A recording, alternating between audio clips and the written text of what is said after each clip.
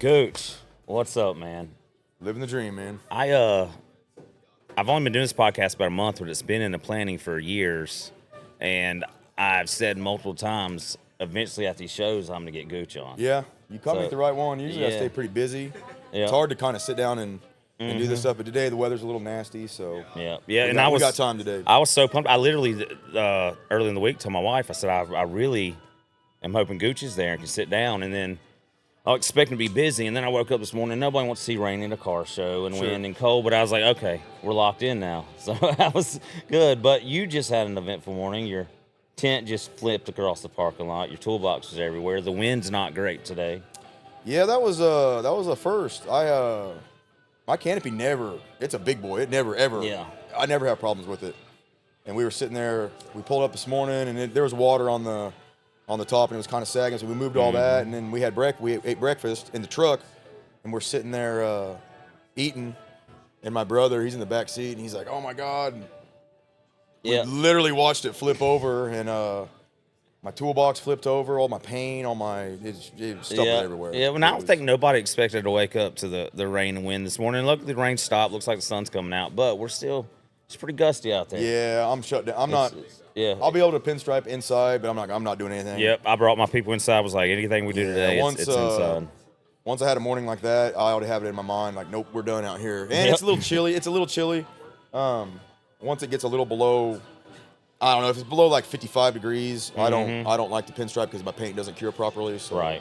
It's best I probably just come inside. Oh, I know. We deal with the coatings. We do so many coatings and stuff that temperature is always a play. Like, we couldn't do nothing today if we wanted to. Very rarely does that happen. I had it happen at LST last year. Yeah. I mean, usually, if you've been to LST, you already know.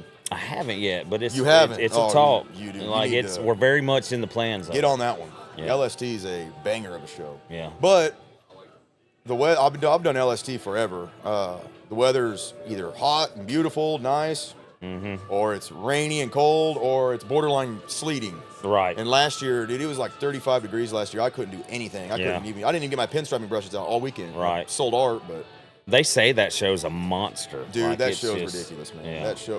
That show was my eye opener on pinstriping events and like being a vendor, because before, a lot of people don't know like kind of my story or whatever, or how I started, but I'm from a very, very small town, and I would do like little local events here and there, and I knew when you're kind of born and raised in a small town like that, it's easy to get that small town mindset, right. Like, man, people, they're not going to pay this money for pinstriping and paint work, because you're kind of in a certain realm. I operated that same way in business. Yeah, and so I kind of had that mindset, man. I had guys want me to do LST. I'm like, man, I can't do that, because like I worked a regular job. I was like paycheck to paycheck. It's like, man, I got to drive all the way down there. I got to get a hotel. I'm just like running numbers on my head. I'm like, dude, I'm gonna have to make like $1,500 to even cover my overhead. I can't do that. And finally, one year, I had one of my buddies, Will. He talked me into it, and man, I went down there to that show, and I set up. And of course, it was like my first time traveling like away from my local events, and the first time kind of getting my workout in front of like a different crowd, newer crowd. And dude, I was busy from the second I got there to when I left. Sold all my art, and after I did that, it was literally an eye opener. Like, oh my God, like people want this stuff. They want to pay for it. They'll pay for this stuff. Right. 'Cause I was used to guys back home, you throw your prices. Oh, I can't. That's too expensive. Right. Dudes down there were like not batting an eye. You know what I mean? And I got a little taste, and ever since that show is kind of when my mind opened up a little bit. Like, I need to just travel a little bit and get around. I have a very similar. So I had Delta Bay in Theodore, right south of Mobile, and I had that very small town mindset. Even though it was outside of Mobile, Theodore itself is kind of small, and I was thinking, I can do detailing here, but it's never going to be, sure. It's going to be whatever it is. And then I randomly had Sean Randall walk into my shop one day. Yeah. And I had no idea who he was. That's a good one to walk in. But I stood there and I told him, I said, I'm the best detailer in this town. I was super cocky. And he said, okay, I like that. Well, but I'm going to bring you my truck. Well, here comes vanilla ice. Yeah. And mind blowing. First show truck I'd ever work on. I'd never really been in the show scene. Of course, I was the Hot Wheel kid. And Nervous? yeah. Oh my God, man. And it went on because like it was all the first things I ever done was on the truck. Like the first set of wheels I ever wet sanded was those intros. Yeah. Like nerve Hell wracking. yeah. And it just grew from there. And Sean got me into the shows. And beyond that, I went from my company merged with Easy N, which is north of Mobile, and this Easy N does $1 million of detailing a year. Yeah. I'm the sales manager there, and it'll really show you that small town mindset is what you make it. It's an eye opener. It really is. And it's weird because I don't know I've been doing this stuff for a long time. I've always had like a vision for it, but like I couldn't ever relate to anybody where I was at because I'd be trying to explain this and they just either don't care, or they don't understand. Like I'm from my hometown's like 1,200 people. Right. Closest like McDonald's is like 45 minutes. Where are you from? A little town, Sedan, Kansas. Okay. Closest McDonald's, closest Walmart, 45 minutes away. Wow. So like very small town. Yeah. So you get a cat like me, you Yeah. know, man, I want to get blasted in tattoos one day. I want to paint cars. I want to pinstripe. Everybody's like, Yeah. man, you ain't gonna do that. You can't do that. You got to put work boots on and go in the oil field and make money. Right. You kind of believe it a little bit. Yeah. You know what I mean? Because like my clientele isn't there, which I love where I grew up. I love all the people there, but that's just not my clientele. Right. Once you get out a little bit, start traveling a little bit, getting your work out in front of people, doing jobs that everybody else sees, kind of staying true to yourself and letting your work speak for itself. People take notice of that. I mean, yeah. I mean, it's. But you've grown such a reputation. Like you're known as one of the best. There's not a paint and pinstriping conversation that usually doesn't have your name in it. yeah. I don't know. It's weird. I just always started. I don't know. I just try to stay true to myself. Right. I keep it real. People really. I get it all the time. Everybody talks about how I like it because you're honest. You say it how it is. Right. That's just how I've always been. Yeah, I mean, and it's the way you got to operate. I feel like the world needs that. Yes, very much. Nowadays, like, everybody wants real until you give them a little bit of real. They either like it or they don't. Right. And I feel like at the end of you might piss someone off right then, but they can't help but maybe not respect that a little bit. Yep. And I approach that with my paint work, my pinstriping.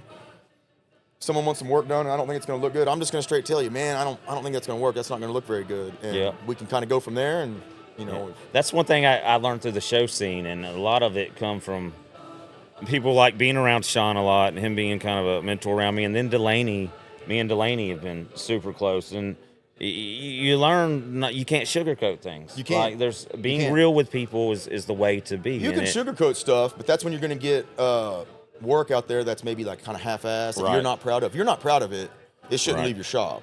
Right. And the whole, I know everybody says the customer's always right. That's not right. That's not real. Yeah. In my world, that's not real. Customers very seldomly right. Right. Because with what I do, it's such a niche product.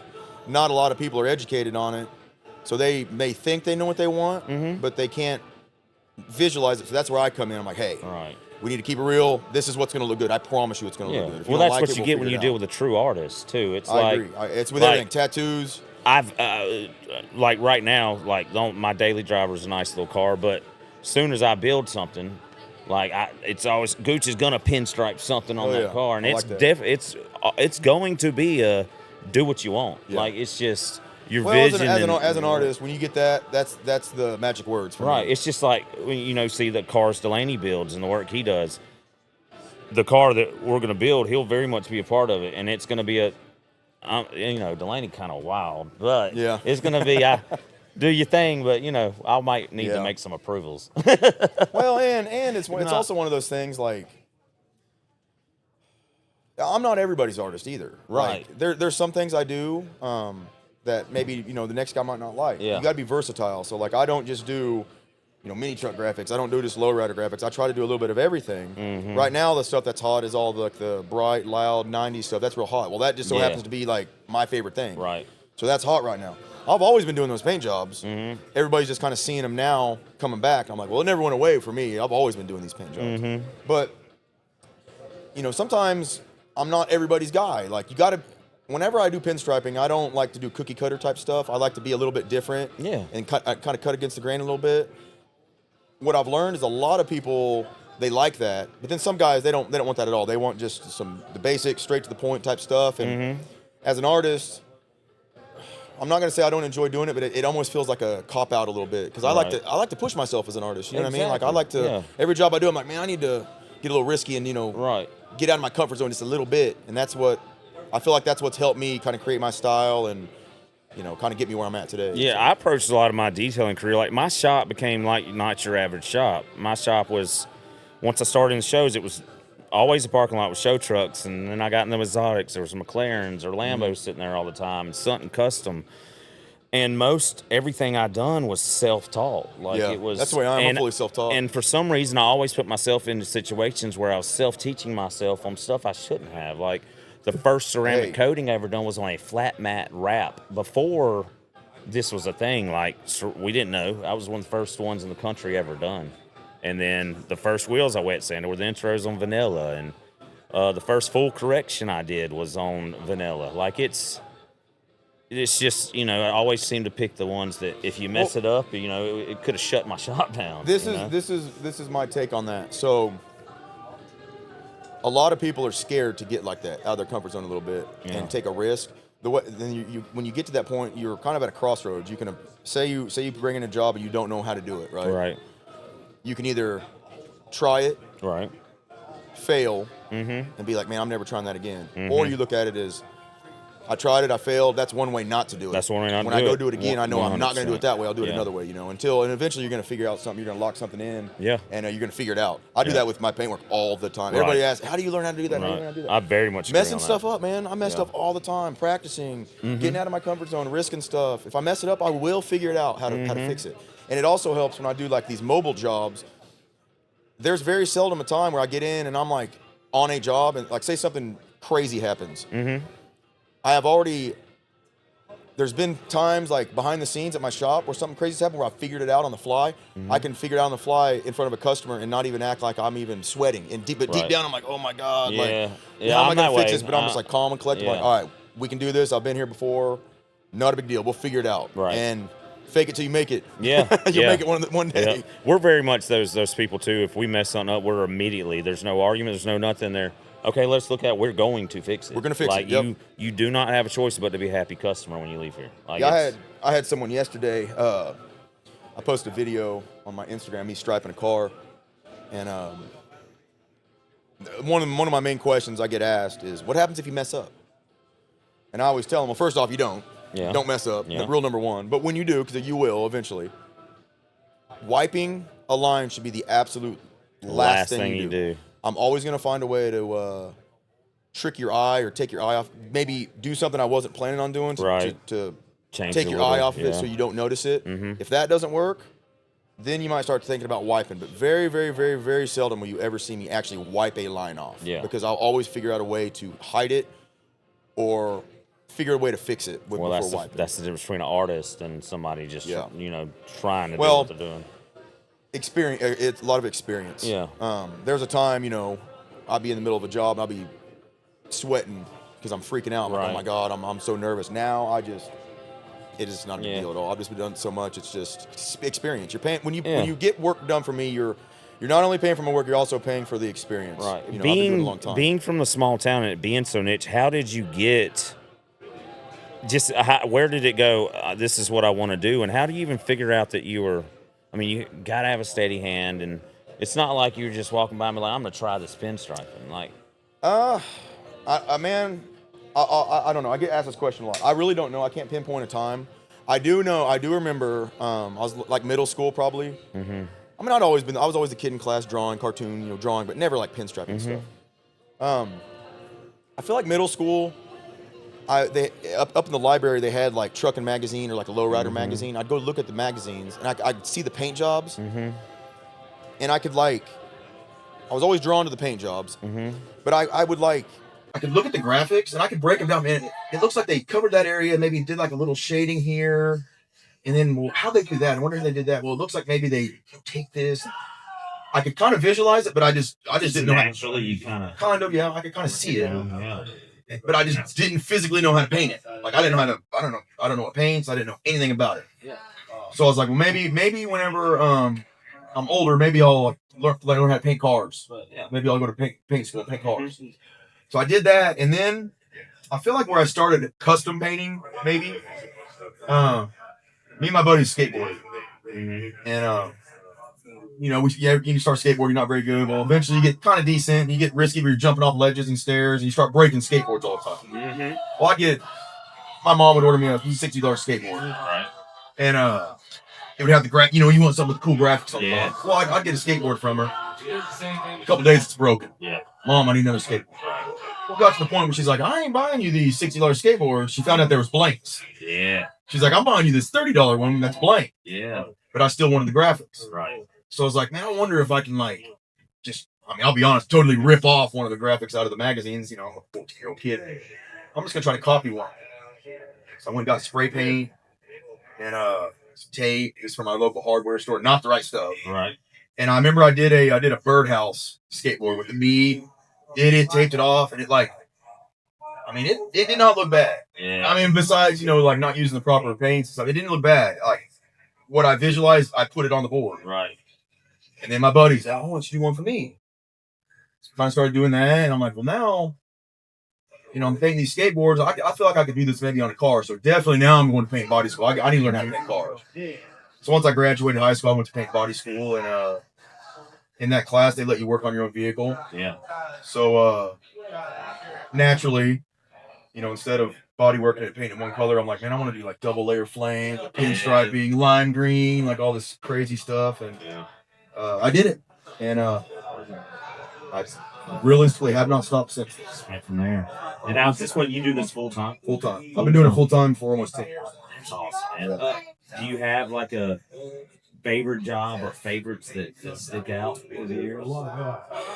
I get asked that a lot too. Man, I really don't know. I've had some really, really cool opportunities and stuff. I don't know if there's like a favorite that maybe sticks out. I'm real big on. It's maybe not like a favorite job. I'm more of a people person. I maybe have favorite people. Like sometimes I might work on $500,000 car. Right. Stripe it. Dude, that's good, man. Cool. Yeah, it's a cool car. It's striping on it, pretty cool for my portfolio. Right. Then I might work on a C10 that the dad's son passed away, and they're building it in dedication to him, memory of him, and I gotta stripe it. And then when I give it back to them, they're like borderline in tears, crying, like hugging me, thanking me. Like that to me is 10 times cooler than the Lambo I stripe or the Porsche I stripe. That's way cooler. Yeah. So I don't know if I have a favorite job. It's all memories to me. I have good memories. Well, I've met a lot of cool people in this. Well, we live in a world where people. It's a fine line. You have people that just don't appreciate art because they've grown up with so much technology, and now we got AI coming in that's like they've always seen this craziness, and then you have these people that really appreciate it because there is so much. Sure, yeah. So you find those people that appreciate the art. Like for me, every time I've always walked past your booth, I just have to look because it's not, regardless of what it's on, it's just something to appreciate. Sure, yeah. It's the whole the world we're living in now is slowly getting away from a lot of and I'm not saying there's not stuff like this out there, but like stuff that people take pride in, handmade stuff, woodworking stuff, leather tooling, like pinstriping, painting, like those guys are getting far and few between because technology's taken over. It's just the world we live in. And then you got the younger generation coming up that they might not even know what that stuff is. Right. And I feel like it's very important to keep that art alive and, maybe get the younger crowd into it a little bit. That's why anybody that's ever comes by my booth or sees me striping and I know they're curious, I'll always stop what I'm doing, introduce, talk to them, make them feel comfortable. And if they ask me questions, I'll be like, dude, come back here. What's up? Let's paint. Yeah. You want to try to paint something? You want to pull a line? Let's see what this feels like? Because I do that all the time. And it's worth it whenever you do that, and then like a year or two later, you might get a message on Facebook. Hey man, I don't know if you remember me or not, but I battle in Bama. You let me stripe this thing. He's like, I'm pinstriping now, and he's like, literally pinstripe. That's the best feeling in the world. That is. That's awesome. I deal with we met a detailer this weekend that we brought in to help us here, and it's kind of the same situation. I've seen the boy learn so much, and I've learned from him the last 2 days, and it's just been like me and Dustin that owns IG on Easy End. We sat and had a conversation last night about how it's so cool to.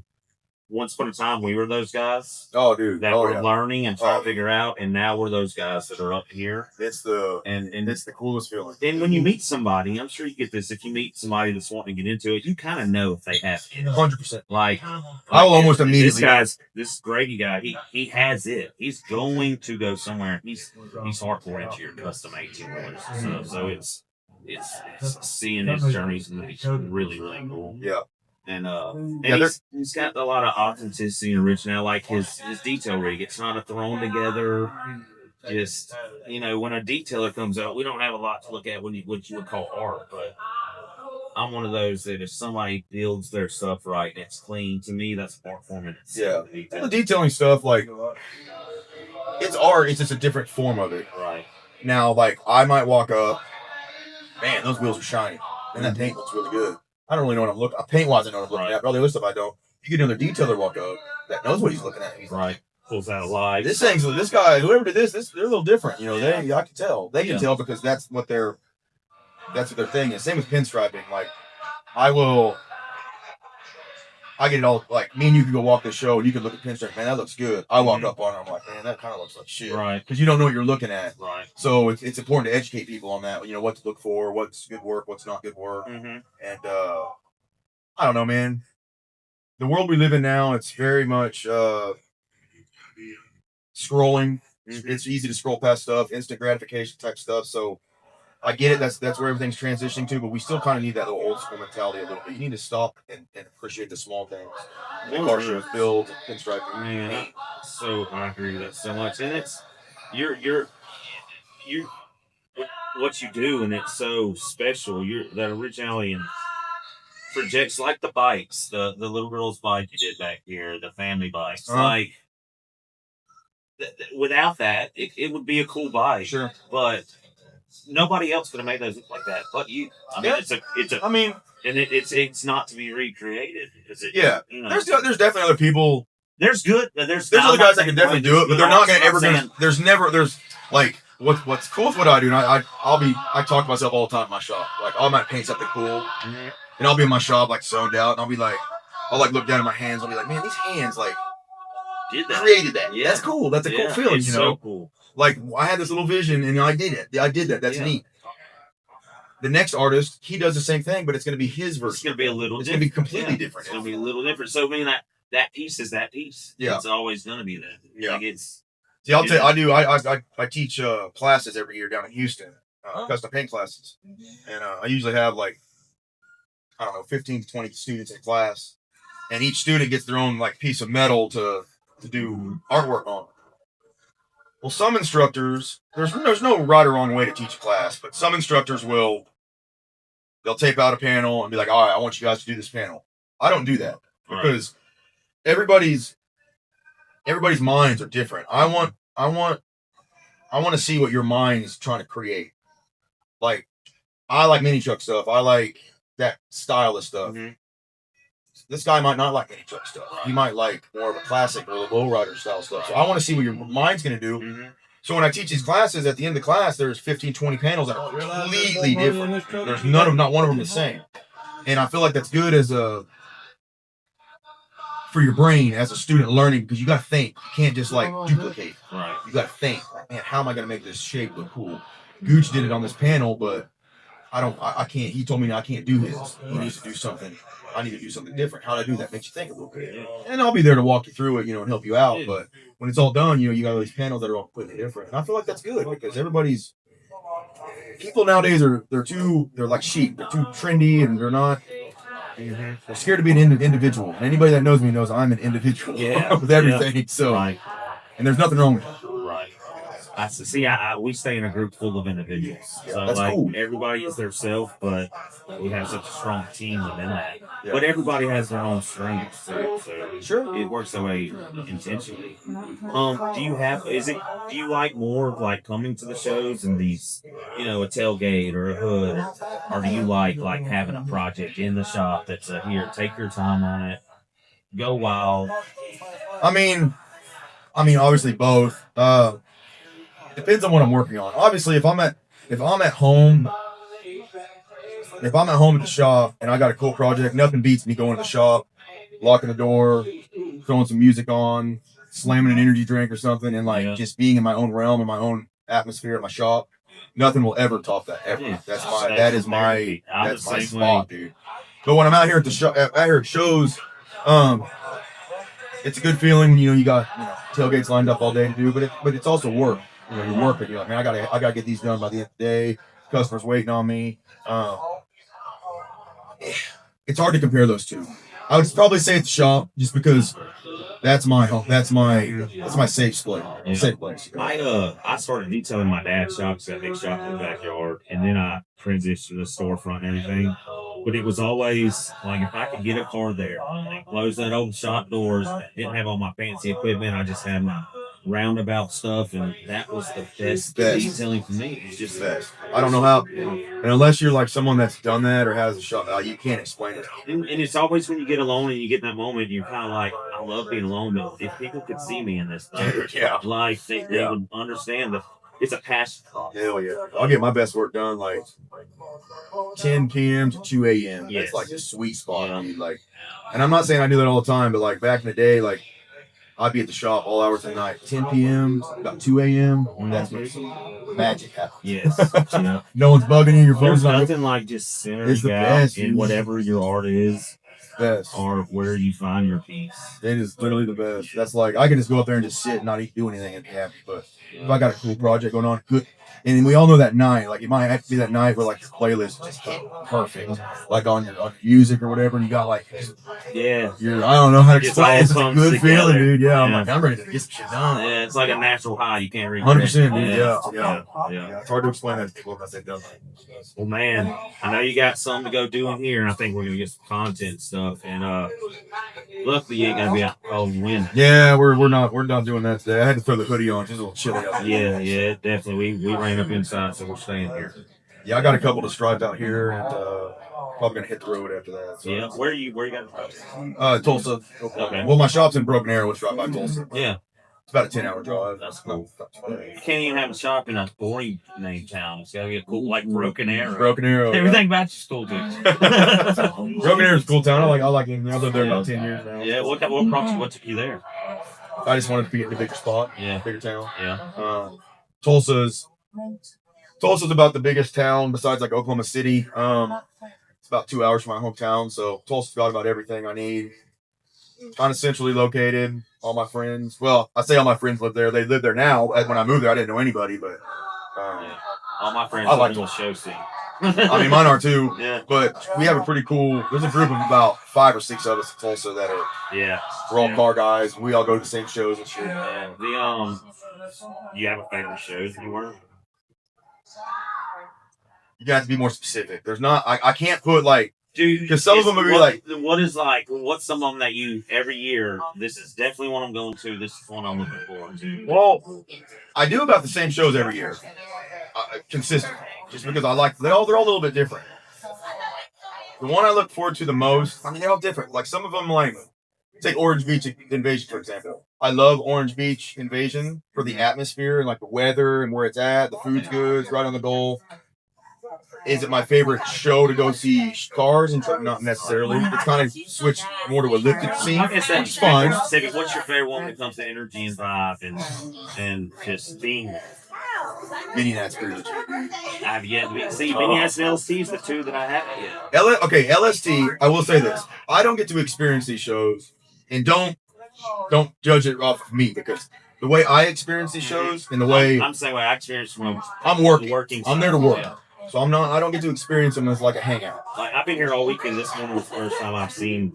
I'll be completely honest. I've done LST. I think 12 years now, 10, 12 years maybe, and I have never one time walked around LST because I can't. I'm too busy. Yeah. So when I go to LST, that awesome show, busy.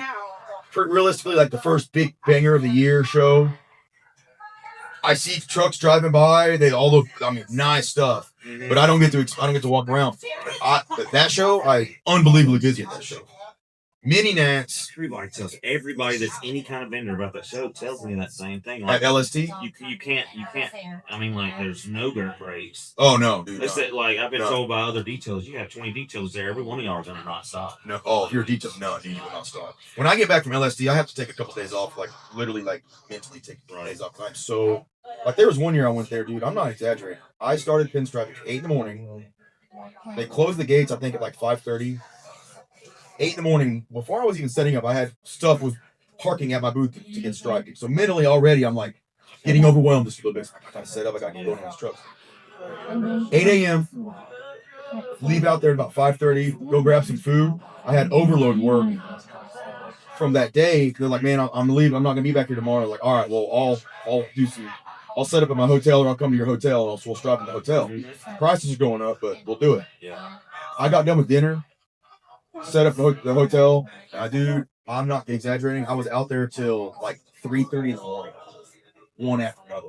By the end of the night, dude, I was literally like quadrupling my prices because I was so exhausted. And like, bro, I don't want to stripe the truck, but I will for this price. All right, cool, let's do it. And I'm like, damn it, I'm over here like cha-ching, cha-ching, cha-ching, but I'm also freaking tired, dude. I'm ready to go to bed. Yeah. And then I gotta be back. I gotta be back out there at 8 in the morning to do it all over again. And that's LST. So money wise, LST, badass shit.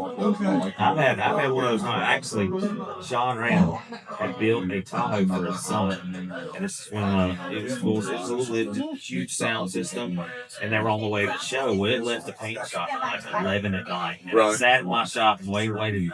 We detailed that vehicle in sprinkling rain at like 1, 2 in the morning at my shop. Yeah, we've all been in. I mean, it's just I love those. Yeah, I love it. Well, man, I know you got a couple to go do here. It's a really honor. Next show we're together. I'd love to do it again because I have I'm struggling with cool. Let's go all day, man. If you catch, maybe next time we'll catch me when it's a full rain out or something. We won't be able to have. I won't have to work. So I can talk to you all day. Sit down and do a couple at one time. Yeah, definitely, man. I really appreciate it. I'm excited to. You're about to, we have a hubcap that everybody signs with podcast. So you got pinstripes. Yeah, that'd be cool. I'll knock my first Gooch piece. I'm glad you're finally getting you one, man. I'm making this cool. Yeah, man. I appreciate it. All right, thank you, bud. Cool.